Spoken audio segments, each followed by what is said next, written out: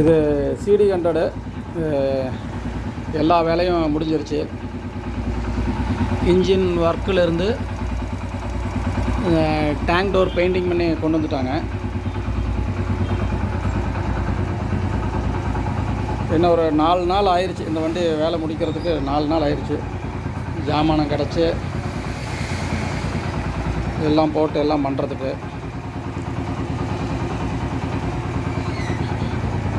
இப்போ இதுக்கும் பார்த்தீங்கன்னா இன்ஜின் ஆயில் பார்த்தீங்கன்னா அந்த ஆர்கானிக் ஆயில் மட்டும்தான் அதுக்கு ரெக்கமெண்ட் பண்ணுறோம்.